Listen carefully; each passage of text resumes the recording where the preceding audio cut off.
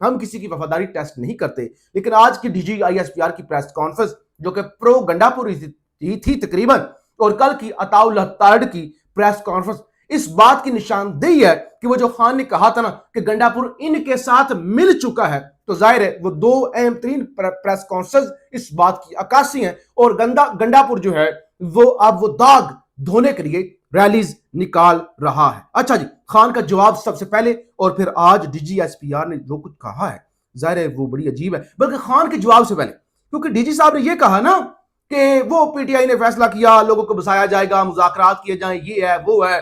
ایک شخص یہ کہتا ہے، ایسا کہتا ہے، رانا ثناءاللہ کا 7 جولائی 2022 کا ایک ٹویٹ بڑا وائرل ہو رہا ہے، اور 7 جولائی 2022 کو حکومت پی ٹی آئی کی نہیں تھی بلکہ پی ڈی ایم کی حکومت تھی۔ قومی سلامتی کی پارلیمانی کمیٹی نے متفقہ طور پر ٹی ٹی پی سے مذاکرات جاری رکھنے پر اتفاق کیا، تمام کارروائیوں کی نگرانی پارلیمنٹ کرے گی، یہ رانا ثناءاللہ کہہ رہے ہیں 7 جولائی 2022۔ یعنی اس رجیم نے طالبان سے مذاکرات کرنے کا فیصلہ کیا تھا جو کہ عمران خان پر ڈالا جا رہا ہے۔ اب ذرا عمران خان صاحب کا جو پیغام ہے جو سوشل میڈیا پر اس وقت شیئر کیا جا رہا ہے وہ بھی میں آپ کے سامنے رکھ دیتا ہوں، بلکہ اس سے پہلے ایک اور خبر آپ لے لیں کیونکہ خبریں بہت زیادہ ہیں نا۔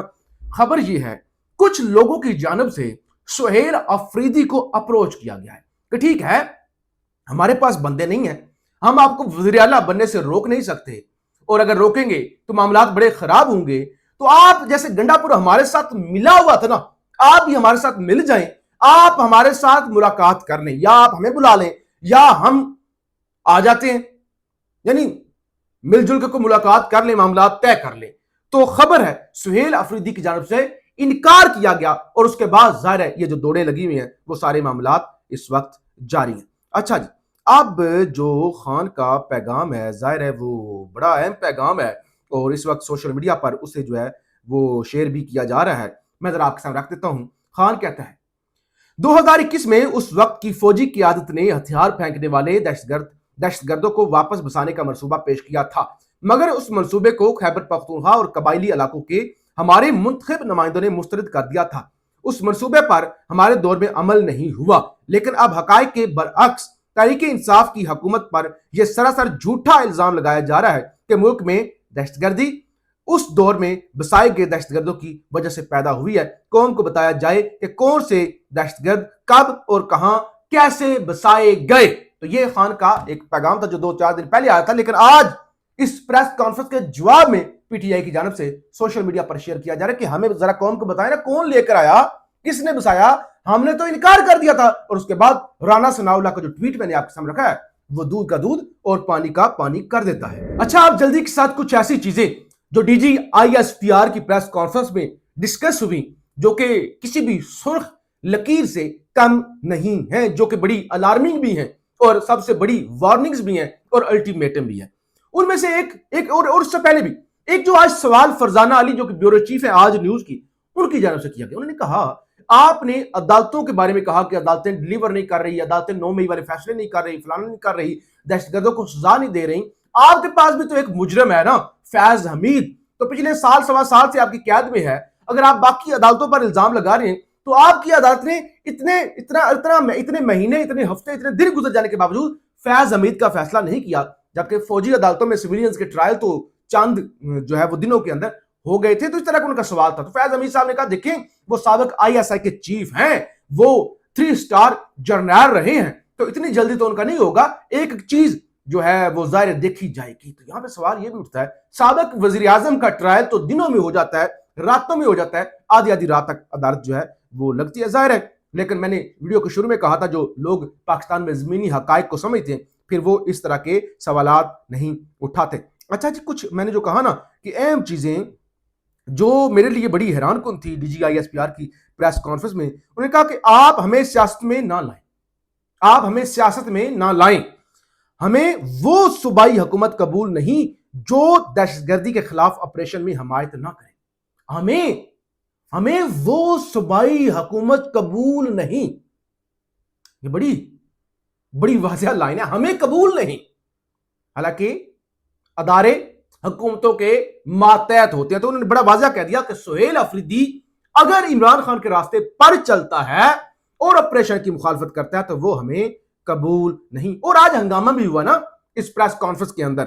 پریس کانفرنس میں ڈان نیوز کے جو پشاور کے بیورو چیف تھے علی اکبر خان, انہوں نے کہا اگر آپ نے یہ اس طرح کی پریس کانفرنس کرنی تھی تو آپ ادھر پنڈی میں کر لیتے, اسلام آباد میں کر لیتے. سارے صحافی آپ اسلام آباد اور پنڈی سے اٹھا کے لائے ہیں نا, تو اگر آپ ادھر آئے ہیں پشاور آ کے آپ نے پریس کانفرنس کی ہے تو پھر ہمیں بھی آپ سوال کرنے کا موقع دیں. اچھا جی, ہمارے لیے تمام سیاسی رہنما قابل احترام ہیں, مگر اگر کوئی یہ سمجھتا ہے کہ اس کی سیاست اس ریاست سے بڑی ہے تو یہ ہم تسلیم نہیں کرتے. بڑا واضح نے کہا ہم ریاست ہیں اور کسی کی سیاست ریاست سے بڑی نہیں ہے. ایک شخص یہ کہتا ہے کہ شدت پسندوں سے بات چیت کر کے آپریشن روک دیا جائے. وہ کون شخص ہے جس کو صوبائی حکومت میں ایسا شخص برداشت نہیں جو آپریشن کے خلاف کھڑا ہو جائے؟ یہ بیانیہ عوام کو ہلجانے اور ریاستی کردار کو کمزور کرنے والا ہے. چیزیں تو بڑی, یعنی دیکھیں نا ایک ایک چیز. اور ادھر سے آج امیر خان متقی افغان وزیر خارجہ, انہوں نے بڑا کہہ دیا, انہوں نے واضح کہہ دیا کہ پاکستان نے جو ہم پر حملہ کیا ہے نا, یہ حملہ قابل قبول ہے. چیزیں میں نے آپ کہا نا خراب ہونے جا رہی ہیں. اور پھر امیر خان متقی نے بھارت کا دورہ بھی کر دیا. تو چیزیں کنٹرول سے باہر ہو رہی ہیں, معاملات بڑی تیزی سے خرابی کی طرف جا رہے ہیں. آج ڈی جی صاحب نے یہ تو ذکر کیا کہ کے پی میں دہشت گردی ہے, سندھ اور پنجاب میں نہیں ہے, لیکن انہوں نے بلوچستان کا ذکر نہیں کیا کہ بلوچستان میں لوگ دن کے اجالے میں, دن کی روشنی میں بھی نہیں جا سکتے. وہاں پہ ریاست کی ریٹ نہ ہونے کے برابر ہے. آپ بلوچستان پار کر کے بائی روڈ ایران میں بھی داخل نہیں ہو سکتے, زیارات کے لیے بھی نہیں جا سکتے. تو صورتحال تو خراب ہے.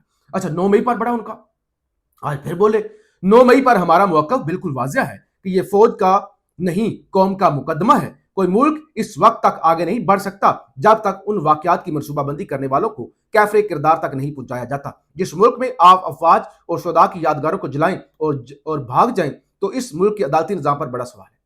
اب سوال یہ پیدا ہوتا ہے 10 کتنے ہی کیسز کے اندر کتنی عدالتوں سے پنجاب میں سزائیں ہو چکی ہیں 9 مئی کی. خان کے خلاف GHQ حملہ کیس جو ہے وہ چل رہا ہے, اڈیالہ جیل کے اندر چل رہا ہے. تو پھر کون سی سزائیں؟ ایک صحافی نے کل ایک دعویٰ کیا تھا کہ کوشش یہ ہے کہ بندے پورے نہیں ہو رہے تو کے پی کے اندر 9 مئی کے جو 18 کے قریب MPs ہیں ان کو سزائیں دلوا کے نائل کروا دیا جائے, پھر بندے برابر ہو سکتے ہیں, ادروائز پورے نہیں ہو سکتے. تو اس حوالے سے بھی یہ بیان جو ہے وہ بڑا اہم ہے. اور بہرحال اس وقت جو ہے آپ ہمیں سیاست میں نہ لائیں, آپ کی سیاست آپ کو پیاری ہو. ہمارے لیے تمام سیاسی پارٹیاں اور رہنما قابل احترام ہیں, اور کوئی سمجھتا ہے کہ سیاست اس ملک کی ریاست سے بڑی ہے تو ہم سیاست سے زیادہ ریاست کو ترجیح دیں گے. یہ ساری ضروری چیزیں ہیں. کہتے ہیں میں ضروری سمجھتا ہوں کہ بتاؤں میرا پشاور آنے کا مقصد خیبر پختونخوا کے غیور عوام کے درمیان بیٹھ کر دہشت گردی کی جنگ کا احاطہ کرنا تھا. اور پھر PTI کے لوگ بھی اس کا جواب دے رہے ہیں. وہ کہہ رہے ہیں کہ آپ آئے, اٹھ کے پشاور آئے, اور ہم کیونکہ شروع سے اتنے سالوں سے قربانیاں دے رہے ہیں, ہم وکٹم ہیں, ہمارے لوگ ہمارے جوان شہید ہو رہے ہیں, اور آپ ہمیں ہی باتیں سنانے کے لیے. اس طرح کی تنقید جو ہے وہ اس وقت سوشل میڈیا پر جاری ہے. لیکن یہ ساری چیزوں کا کرکس یہ ہے کہ اب چیزیں پوائنٹ آف نو ریٹرن پر جا چکی ہیں. خدا کے لیے سب فریقین کو ہوش کے ناخن لینے چاہیے, اور خاص طور پہ یہ لاہور کے اندر صورتحال ڈیولپ ہو رہی ہے یہ انتہائی خطرناک ہے. پاکستان زندہ باد.